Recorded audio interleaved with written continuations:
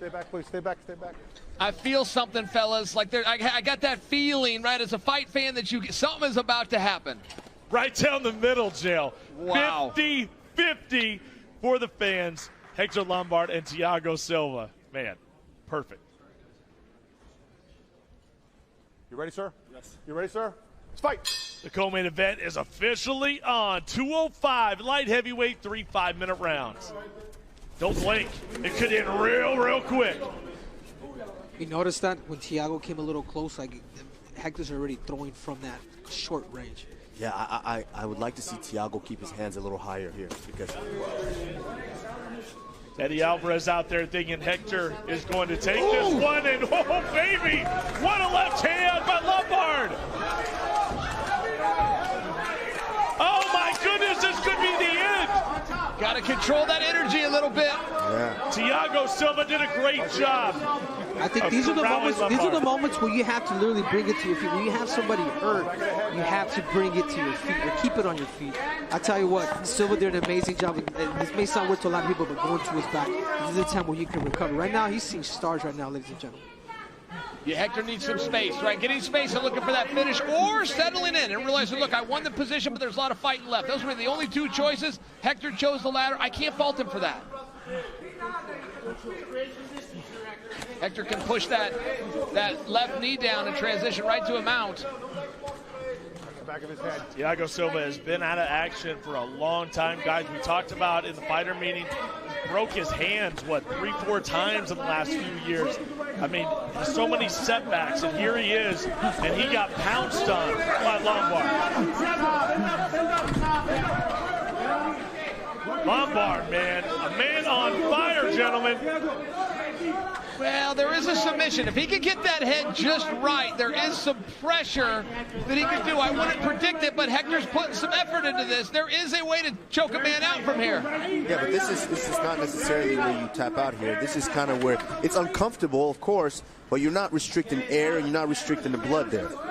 Hector needs to get the full mount or he's going to lose this position. Oh, Lombard's still pouring it on. Silva's trying to stuff.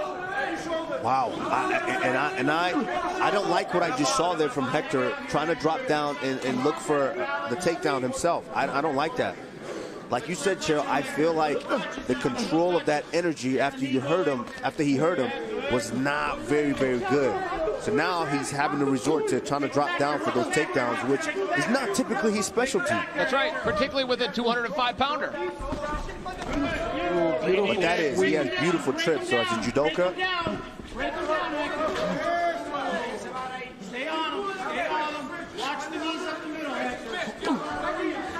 Thiago does have very good knees. I've felt those a time or two.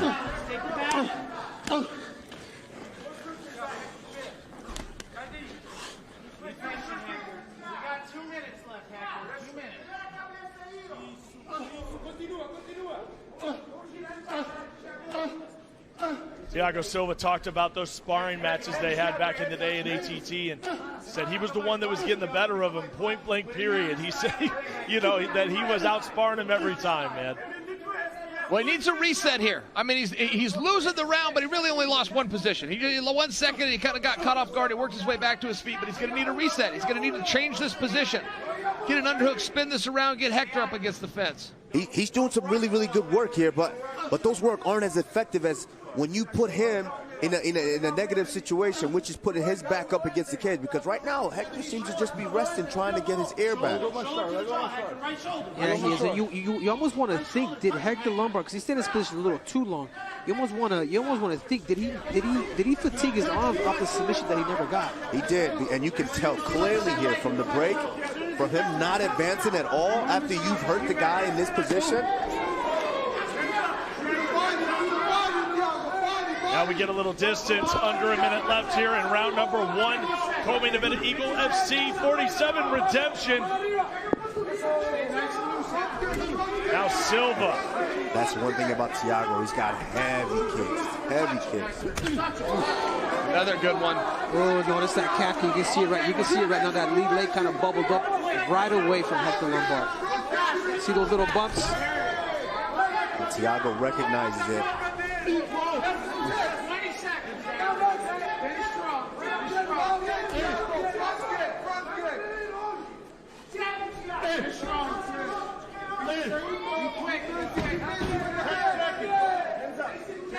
Thiago's working here. Going to be hard to overcome a knockdown.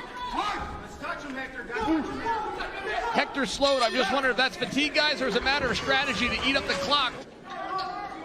Thiago Silva's wife watching very, very closely. Got a chance to meet his beautiful family.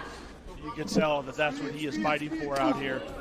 Nice kick to the body to kick things off here in round 2.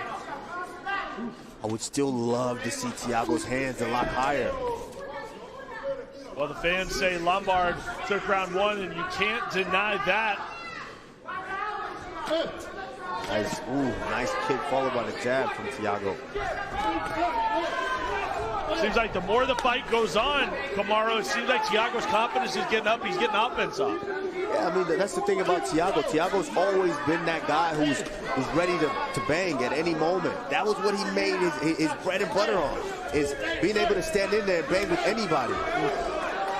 And he's showing that right now. You can see Khabib watching very, very closely and enjoying every bit of this. Absolutely. This is what we came here for. This is what I came here for. I didn't come here to sit here and just talk with you guys. I came here to watch this. Hector Lombard is doing a really good job. Whenever it is that he gets into that boxing rate, he's throwing. Like, he knows he's a shorter opponent, and he's firing off as soon as he either breaks that boxing zone or Thiago comes in. Not to mention a perceived lack of fatigue by Hector Lombard isn't true. It isn't true in the first round. He was playing a strategy game. He's got just as much energy right now, or at least enough to defend himself. Well, I think he understands that this is a 3-round fight. So if he's assuming I won that first one, I got to show enough just to steal this round. So even if we go past the third, I know that I've secured 2 rounds. Oh, and here we go! And he threw a knee on a downed opponent. That's exactly what happened. The knee didn't touch. No, it touched. Yeah, it touched him. It did touch. It touched him. Now, this is going to be the ref's call. Is he going to take a point? I mean, I don't know. I don't know if you take the point right there, man. I think it was all in the flurry. I don't know. Where do you guys land on it? He caught himself. He caught himself. It's going to be a big deal, though. I'm just sharing for the audience. I don't think it landed like if he takes a point. I know what you're saying, but I don't think it landed real flush. I don't think it's a game changer in the fight, but you're absolutely right. It did land. It's a humongous game changer in the fight. What a disappointing thing. Well, game changer as far as the scorecard, possibly. And not just the scorecard. Now Thiago was his momentum was swung completely in his favor. And now you're giving your opponent how much time to rest? Oh, it was all right, notice this flurry. He sets him down. Now, that's the knee. That's what broke the action. But to Kamaru's point, everything was going Thiago's way. That has been stopped. It's going to be extremely relevant if the ref chooses, and it is eligible for, a point deduction. The referee has not officially made that call, and that is within his discretion. Yeah, but in all fairness, Cho, that is a point. It should always be a point. If you do get hit illegally, like that's, come on. Woo, baby. I can feel it in the air, gentlemen. This is a big one. You good? Step back, step back. Hang on, guys.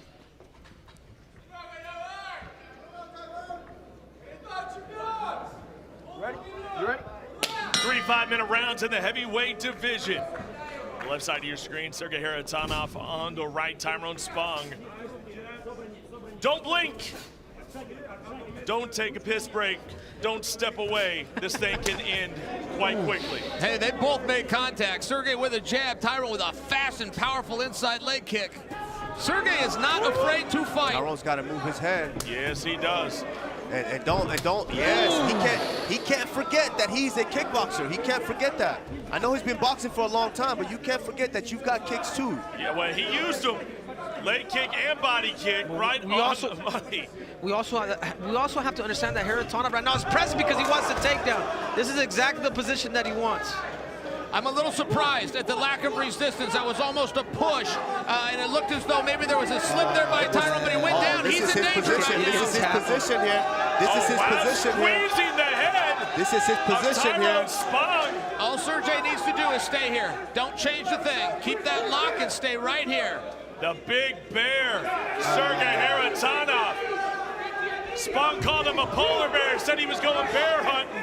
Well, the bear's getting the best of him right now. Sergey's going to want to turn him. Going to want to turn him, put his head on the fence, get his feet off of it. There's a big position, a big opportunity right here for Haratonov. Yeah. Tyron's going to have to find that cage and start to kind of wiggle himself out to use that cage to eventually get up. He needs some type of base in order for him to start getting to his feet. Yeah, he has a dude that's close to probably 300 pounds tonight. Oh, and that's hard. Tyron's got to put his back. He's got to sit up against that cage here because Haratonov is working his way up.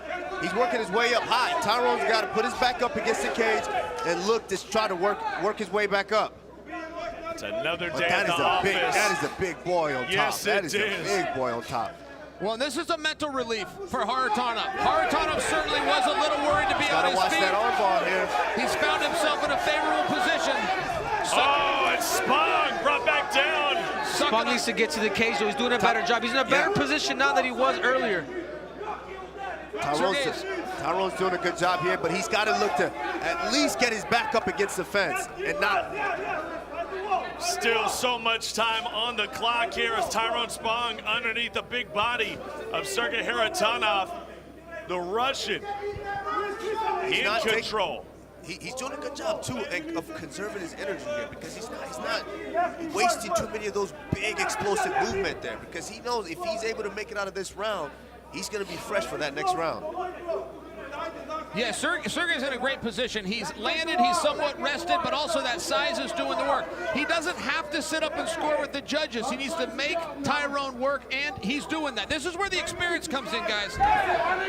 Tyrone's just gonna have to survive this round. He's gonna have to take that L for round one because this is a big dude. This is a big dude. We're talking about a Brock Lesnar type big man for those who don't know who Haratonov is. He's a big guy, but Tyrone's staying calm here, as he should, because you don't want to panic here and then end up in a worse position. He needs to hold on here, either ride this round out or look to be able to shrimp out, push on one of those knees, and get back into a half guard. Well, he said getting back into MMA training was the hardest thing he's had to do, just to do the wrestling and the BJJ practice, and now he is dodging punches from the big man, the paratrooper. Well, and think of how tiring this is for Spong, right? You got anxiety right now, you got fear, you got a 300-pounder on top of you. There's a lot of things to think about that are taking the energy out of the tank. Meanwhile, Sergey, he's taking deep breaths. He's relaxing. This could pay off later should this fight see the second round. Continue to hug, look for the underhook. Find every position to eventually dive. I mean, he just has to rope-a-dope in there a little bit because that Haratonov he started to unleash a little bit here, but he needs to squiggle out, look for the underhook, find a way to hug him. Sergey unable to connect with a straight shot. That time punches right through the guard of Tyrone Spong. We are at 30 seconds left in the round. How much longer can the King of the Ring survive? It seems like Haratonov got a little tired, man, if you think about it. It's a little defeating when you're raining down heavy strikes and you're not able to connect or get the guy out of there. And Tyrone's doing a good job. He just needs to hold on here and try to make it out of this round. But he can't get lazy here and give up. Haratonov is setting up that Americana. There is light at the end of the round here for Tyrone Spong, and it looks like he's going to make it. Round in the can. One around for Sergey Haratonov. Well, Tyrone Spong springs out of his corner because he's ready to right that wrong that was round number one. Can he keep the big bear off of him, Chael? It's not going to be easy. Haratonov walks right through strikes, and he knows what the ticket is to victory tonight, and it's getting Spong on the ground. Yeah, oh, that's right. Yeah, and the one thing, the takedown's very effective as we just saw, but guys, the threat of a takedown is equally as debilitating to a heavy striker. Tyrone Spong is going to think twice now before he throws anything, and Sergey's got his marching orders. And Sergey just went back to the well. He tried to shoot for the takedown, but that goes to show you how improved Tyrone's takedown defense is. Would there have been a takedown in that first if it wasn't for him catching that kick? Yeah, but this is the thing, guys, is because this guy is so big, Tyrone doesn't have to take his chances on his feet, and it has to start now. You don't want that big body on top of you for another 5 minutes. This is what you paid for, folks. We talked about it. It's live, it's free on Flex. But you gave us your time, you gave us a chance, and we are giving you a slugfest in the middle of our Eagle FC cage. Tyrone Spong looking to battle back. Haratonov willing to stand and trade. And Spong can't wait, guys. The time is now. Don't be as heavy on the kicks. Be real heavy on the hands. You can tell he's literally loading up. He's waiting for a kick, Henry. As long as Tyrone uses the hands and not the kicks, it's going to shut down some of Sergey's options. Keep it in the middle. If Tyrone Spong is able to keep it in the middle, the advantage goes on his side, but he cannot allow him to press or be on bottom. This is a battle of distance right now. Whoever wins the distance is going to win the fight. Yeah, but one thing that Tyrone is doing very, very well is Sergey's doing a good job of covering up, and those shots aren't getting through. So Tyrone's moving him. Get him to move his feet with you, then those jabs start to land just like daggers, straight to the face. Sergey needs to keep this pressure, guys. Get him into the fence. Go ahead and push him in there. Clinch him. Get your hands on him. Yeah, he needs that jab to continue to keep putting it at bay because it allows him to be at distance. Here we go again. Back to square one for the king of the ring. He was waiting on that mistake. Haratonov was hunting, and he got his man. And Cyrus, this is the position Kamaru Usman was talking about in the first round. Right now, Tyron needs to get his back on the fence, start gaining elevation, start doing what we call a wall walk. He can't sit here and rest. He's got to get those shoulder blades. You don't want your head on the fence. You want your shoulders on it. Great transition. And you see Sergey going in for that north-south choke there position. But Tyrone's got to stay calm here. He's got to look, whenever he gets a chance, and gets any type of time, he's got to be able to get his back up against that cage and start to shrimp up. But I think he's almost in a crucifix position here. Expect Sergey to try to go for a full mount, and he's there. And he's right back this in is trouble. Bad news here for Spong. Haratonov in full mount. And Sergey can either just settle his weight, make Tyron do a bunch of work, or he can sit all the way up and start to pick these shots very deliberately like he did at the end of the first. My goodness, man. How long can you dodge him, Kamaru? Wow, and Sergey just did something very, very good. You see him, he stepped over with one and knee. This fight is over. Haratonov gets the win. Main event victory in Eagle FC 44. And to many, he just upset the King of the Ring's return to the sport. The paratrooper comes out on top. Is it a good call? Уважаемые спортсмены, работаем 3 раунда по 5 минут. Вы правила знаете, не нарушаем их. Слушай меня на протяжении всего боя. Если я говорю стоп, значит это стоп. Защищаемся активно на протяжении всего боя и активно атакуем. Вы профессионалы, покажите красивый бой. Пожали руки. Разошлись по углам.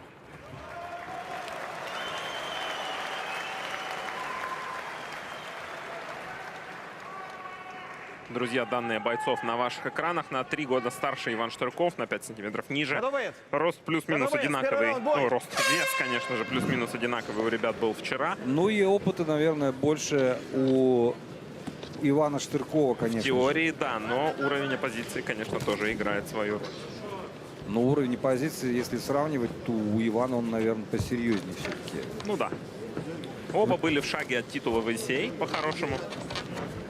Оба в итоге до этого титула не добрались. И оба не попали по разным причинам в UFC. Да, Иван в интервью говорил, что такой у них на самом деле, ну не в интервью, на пресс-конференции говорил, схожий путь у этих бойцов. Действительно, оба не попали в UFC, оба были в шаге от титула в ACA. Много их объединяет, должны были встретиться еще 2 года назад, но вот этот поединок проходит только сейчас. Но главное, что он проходит. У Насрудинова, кстати, вообще интересная история. Он должен был драться в Париже на RSFC, еще раз 2-й поединок подряд, в начале сентября. Но ради поединка со Штырковым он отказался от боя в Париже и приехал к нам. Вот это поступок! Ну, не знаю, может, там была просто финансовая составляющая какая-то. Более привлекательная именно, имеется в виду здесь, точнее, может чем быть. там. Ну и все равно какая-то незакрытая история с Иваном. Ну, пока все очень бодро, да, стоечка. Да. Ух ты, хай-кик от Штыркова. Обалдеть, ничего себе. Ну, а почему бы и нет? У Ивана с ударной техникой полный порядок, и практически все, кто следит за его карьерой достаточно давно, говорят, что он именно в ударке прибавил больше всего за последние пару лет. Я, пожалуй, соглашусь с этим утверждением. Ну, кстати, в принципе, пока-то... Опа, интересно. Левый боковой. Перехитрил так, показал, что будет в корпус и закинул слева. Сейчас так очень хитро отработал Иван Штырков. Лоу-кик. Скажем так, Штырков образца 2019-го так не смог. Но Штырков образца 2019-го, по-моему, боксировал на категорию выше, по большей части. Это правда. Мне кажется, вот это идеальная весовая категория для Ивана. Ну, ему-то, знаете, ох ты, колено в голову, а-ля Алекс Перейра. Да, такой очень большой Алекс Перейра. Годится, годится. Ух ты! Иван Штырков дает огня. Да, и на Сурудину нужно как-то подмерзший немножко. Да, ему нужно просыпаться уже. Действительно, немножко подмерзший. Сейчас слева-то он как бы скушал плюшечку. Пора просыпаться. Ладно, хоть колено в цель не попало для Насрудинова, ладно. Слушай, а вспомни, какие у Ивана последние бои. Да, он там просто укатывает своих соперников, закатывает и утрамбовывает. Друзья, бой с Колобеговым, что тут вспомни. вспоминать-то? Артур Астахов был нокаутирован, между прочим. Наглухо. Очень красивым ударом. Ну и бой с Колобеговым. 100%. Там вообще просто Иван шансов не оставил. 3,5 минуты. Опа! Вот все! так! Да, все же! Добивает, нет, еще дает рефери шанс. Дает шанс Насрудину. Нет, все! друзья! Вот он, нокаут. Накликали мы этот нокаут, Да, рассуждая да, о последних вообще. боях Ивана Штыркова.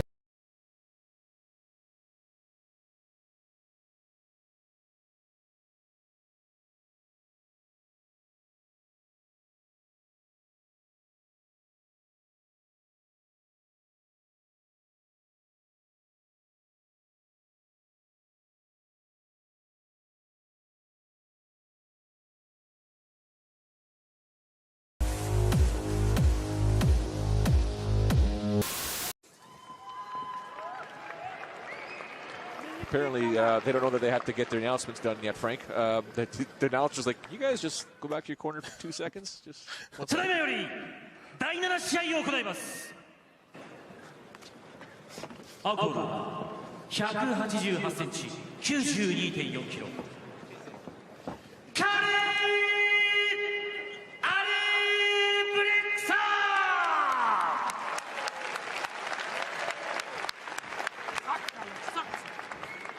赤コーナー193センチ92.95キロ。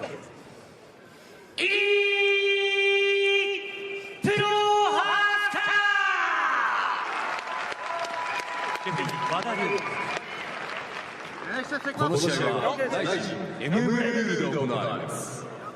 なお、両者の応援により一時による頭部への攻撃が認められています。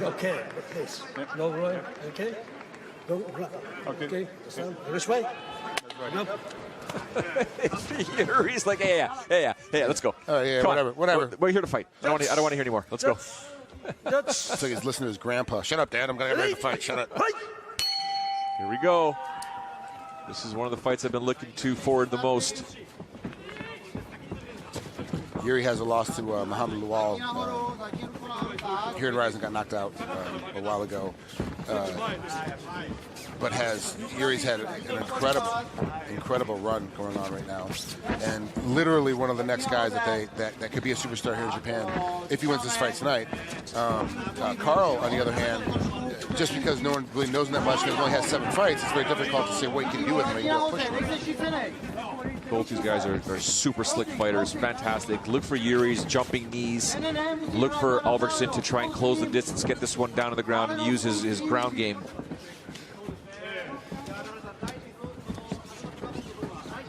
Not gonna lie to you, ladies and gentlemen, I am surprised, even though it's not even a minute into the first round, that there hasn't been some explosiveness here. These two guys, very intense, really understand they want to get rid of the other guy from anyone's radar at Rising.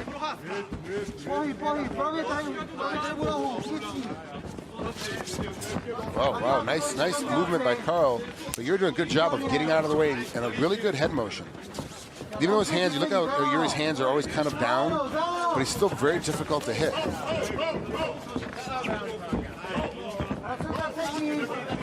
There it is.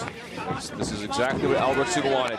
He wanted to get this fight down to the ground. And he's got plenty of time here to suck the wind out of Prohaska. Slowly but surely, methodically move up the guard, move past the half guard, try and get into side controller into mount.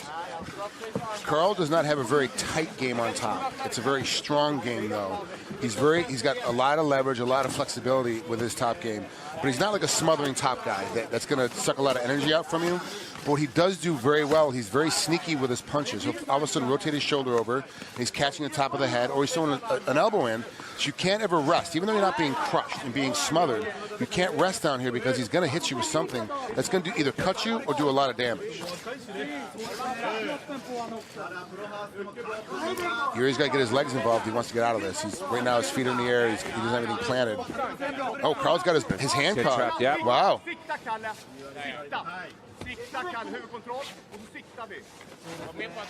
Who was it way back? I think it was Tank Abbott against Hugo Duarte. He had the hand trapped and just fed him the punches. Or Vladimir Medashenko every time we would go together and practice. Yes, especially. Like, you just let go. This is just janitor. dumb. The janitor, yes, sir. What are you going to do now? What are you going to do now? Just take this. What you going? I mean, shut up! I can't get out.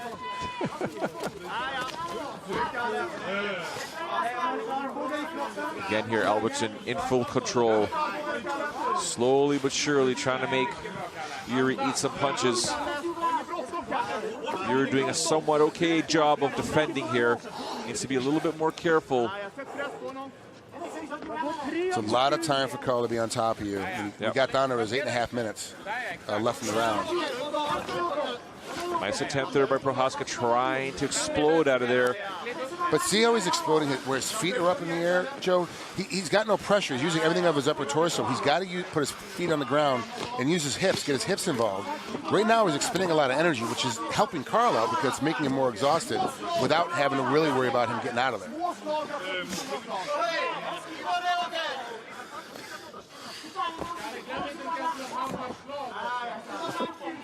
Just about 4 minutes gone in the opening round here. Scheduled for 2. First round 10 minutes, second round 5 minutes. Carl Albertson on top of Yuri Prohaska. As Frank said, Yuri's positioning is incorrect here, but he tried to buck to the right side, which is the smart thing to do. But yeah, I believe, Frank, you need to buck and hip escape if the buck fails. You're ready to do both.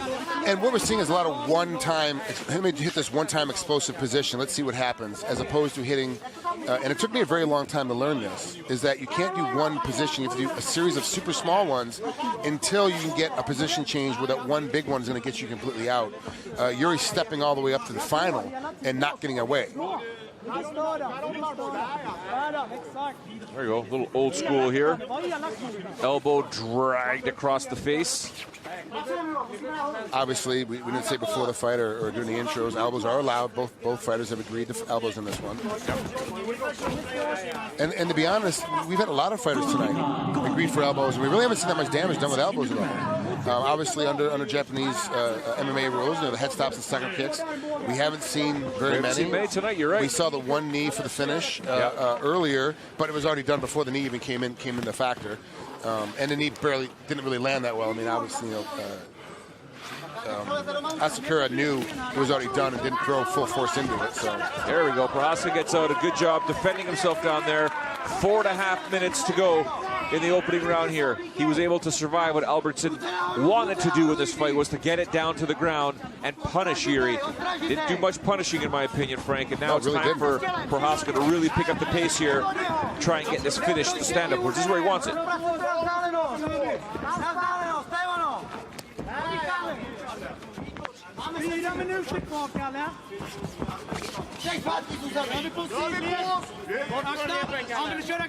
Bobbing and weaving is Prohaska, as is Albertson, trying to ensure that this is not a target you're going to hit. It's a moving target. Respect those Prohaska. I went to throw a kick or a knee and kind of hit the groin. And Carl shook it off. A little high in that body lock. It's a mistake for Prohaska when he does strike in that manner to get too close to Albertson, because Albertson wants the double underhooks, wants to clinch. Prohaska is such a long fighter. He's so tall. he needs to use his length a lot more. He's really not using his length. He's really trying to step inside because he is explosive. He is strong. But he needs to use a lot more of his length in this position because if you let Carl on the inside, he's going to take you down again.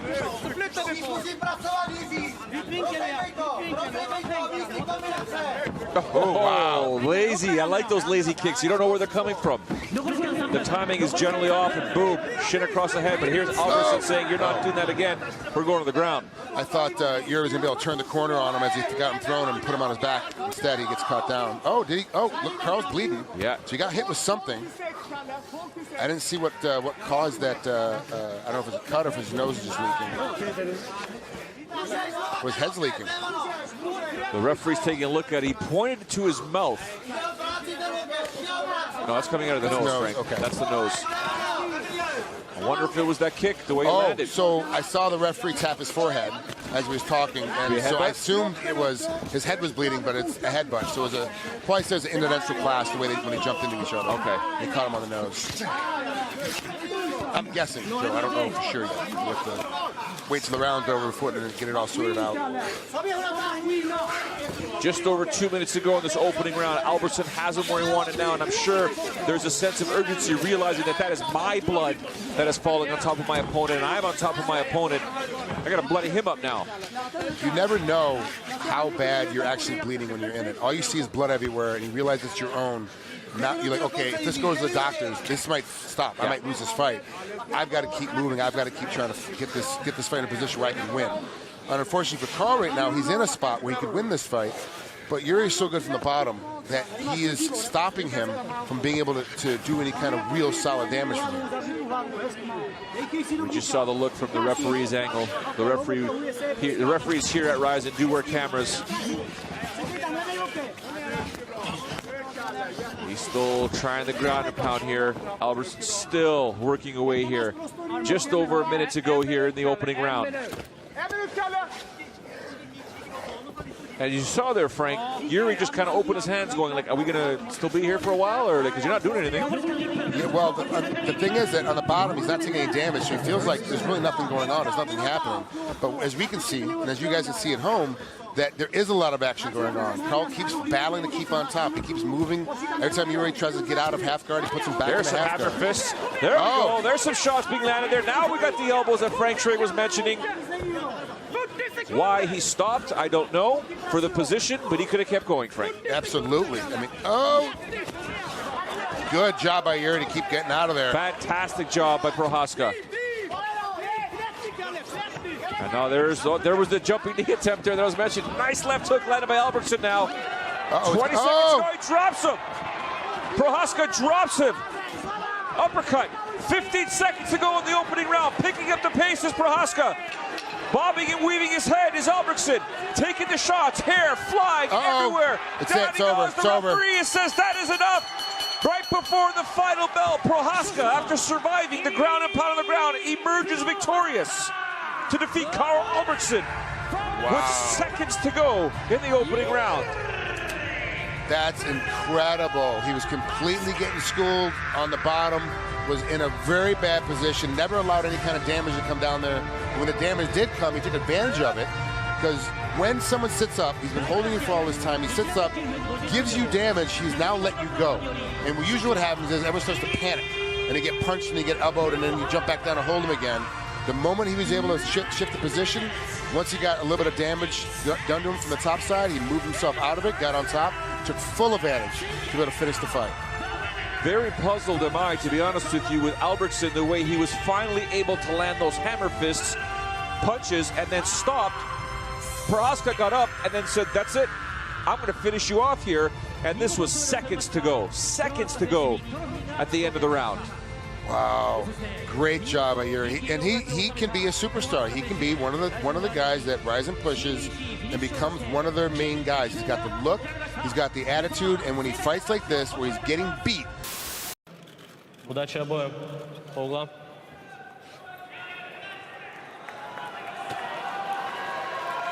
Александр Емельяненко против Виктора Пеште. Главное событие вечера, которое для вас прокомментирует Григорий Стангрит и Александр Камельков. Разница в весе есть небольшая. бойцов на 8 килограммов тяжелее Александра Емельяненко. Я думаю, в день боя на все 10. Пешта. Удар справа в подбородок. Ну, вернее, скорее даже погладил по бороде Александра. Многие ожидают, что Пешта будет искать возможность перевести поединок. Партер. Да, я думаю, ожидает он активной работы в стойке от Александра Емельяненко. Известный нокаутер Александр. Слева Пешта попадает. Ну, Емельяненко в своем стиле поддавливает соперника. Не делает лишних движений Александр. Очень комфортно он чувствует себя в стойке.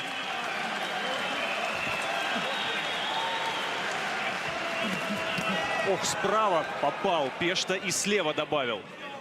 Пока в стойке Виктор смотрится здорово. Он хорошо контратакует. Еще попадание слева. Вполне возможно, что делал он упор на ударную технику в тренировочном процессе. Возможно, решил побороться с Емельяненко в его же игре.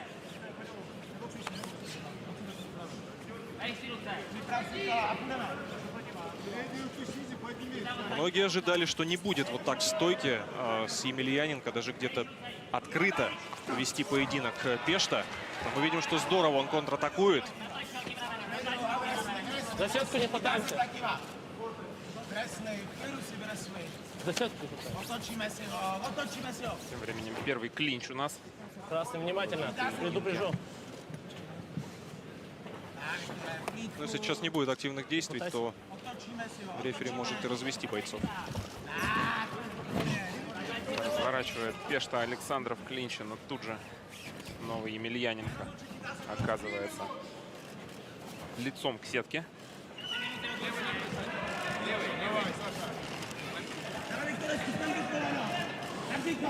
Активность. За сетку не Теряет пытаемся. колени. Виктор Пешта начинает сушить ноги соперника. Готовит его к тейкдауну. Активность, бойцы. Вот уже рефери призывает к активности. Разрывает клинч Емельяненко. Пешта вдогонку пытался ударить. Джебом работает Виктор. И небольшой наплыв под правым глазом Александра. Вот проваливался сейчас боец из Чехии. И Емельяненко вполне мог поймать. Еще попадание справа. Мне кажется, даже сам Емельяненко на данный момент немного обескуражен. Да, обескуражен. Редактирует он свой план на бой. Не ожидал, я думаю, он такой открытой работы в стойке со своим соперником. А главное, эффективный. Да, пока что Пешта двойной джеб действительно эффективнее в стойке. Не думал я, что скажу это в этом поединке. Да, многие ожидали, что в стойке у Пешты не будет преимущества. Но пока оно есть. Причем видно, что совершенно комфортно себя чувствует Пешта. Он не нервничает, у него нет лишних движений. Доля опаски или осторожности, конечно, имеется. Но пока, я думаю, что можно сказать, пока что все здорово для Виктора.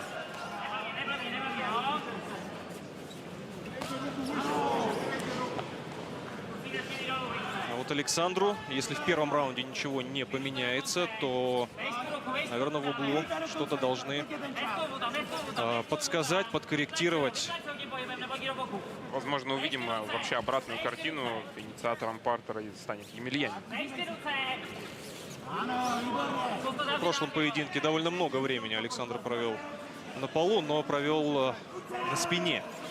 Гонзага переводил его. Но, правда, потом Габриэль чуть подустал, и в стойке уже Емельяненко реализовал свое преимущество, которое пока что не удается реализовать сейчас. Вот сейчас ответное, простите, обманное движение проводил Александр Емельяненко и поплатился за это. И на выходе опять Пешта слева попадает. Александр все-таки ждет чуть дольше, чем, наверное, нужно. И поэтому дает возможность Пеште подстроиться. И очень мало Александр финтит. Он начинает атаки без подготовки. И Пешта здорово справа попал. Александр. Но, судя по всему, очень крепкая челюсть у Виктора Пешты. Выдержал он этот удар.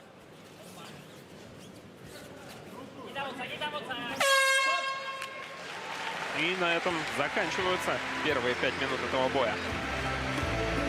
Пешта дважды в карьере проигрывал нокаутом. Было это в UFC. Сначала с Дереком Льюисом, который совсем недавно, на прошлых выходных, вернее, провел невыразительный поединок с Франсисом Нгану, но выиграл. Ну и также Марчину Тыбури проиграл, также в рамках UFC. Все это было в 2015 и 2016 году, а мы пока смотрим повторы. Очень хорошо на встречных движениях ловил Александр Емельяненко, Виктор Пешта. Вот удары получаются больше смазанными, да? Здесь, правда, точно в подбородок. Если бы действительно Пешта был точнее в своих ударах, вот как сейчас, большинство ударов были именно точно в подбородок, то еще кто знает, как бы все обернулось. Ну а здесь Емельяненко уже проводит свою точную атаку. Но, тем не менее, очень четко обозначил свое намерение в первом раунде Виктор Пешта. Не собирается он бояться Александра Емельяненко в стойке. Боец готов? Второй раунд. А второй раунд очень интересен с точки зрения того, как сможет Емельяненко перезагрузиться после того, что было в первом. И первый раунд, в общем-то, Александр проиграл. Да, возможно, сменили сейчас в углу Емельяненко план. Уверен я, что у такого опытного бойца всегда есть план Б, а то и С и В. Здесь, наверное, то, что бросается в глаза, все-таки больше финтов нужно. Так, попытка перевода, и она удачная. Перевод первый в партер в этом бою мы видим от Виктора Пешты.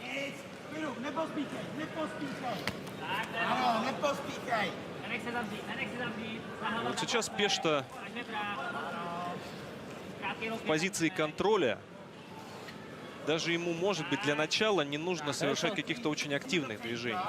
Ну, главное не сделать так, чтобы рефери поднял, бойцов, да. То есть достаточный уровень активности соблюдать. Да, обозначать работу. Но в прошлом поединке что сделал Емельяненко с Гонзагой? Когда во втором раунде он вновь оказался на спине, и понятно было, что обязательно нужно вставать, иначе дальше могут начаться серьезные проблемы. Он минимизировал количество действий, то есть сковал своего соперника настолько, что у рефери уже не было выбора. Он, поднял в стойку. Да, и он поднял их в стойку. Здесь сейчас Александру нужно пытаться сделать то же самое. Нейтрализовать соперника, и чтобы рефери поднял их в стойку. Ну а Виктор Пешта, мы видим, не собирается минимизировать свою активность. Правой рукой он очень уверенно пробивает классическую двойку. Корпус-голова. Возможно, решил сделать ставку именно на контроль в этой пятиминутке Виктор Пешта.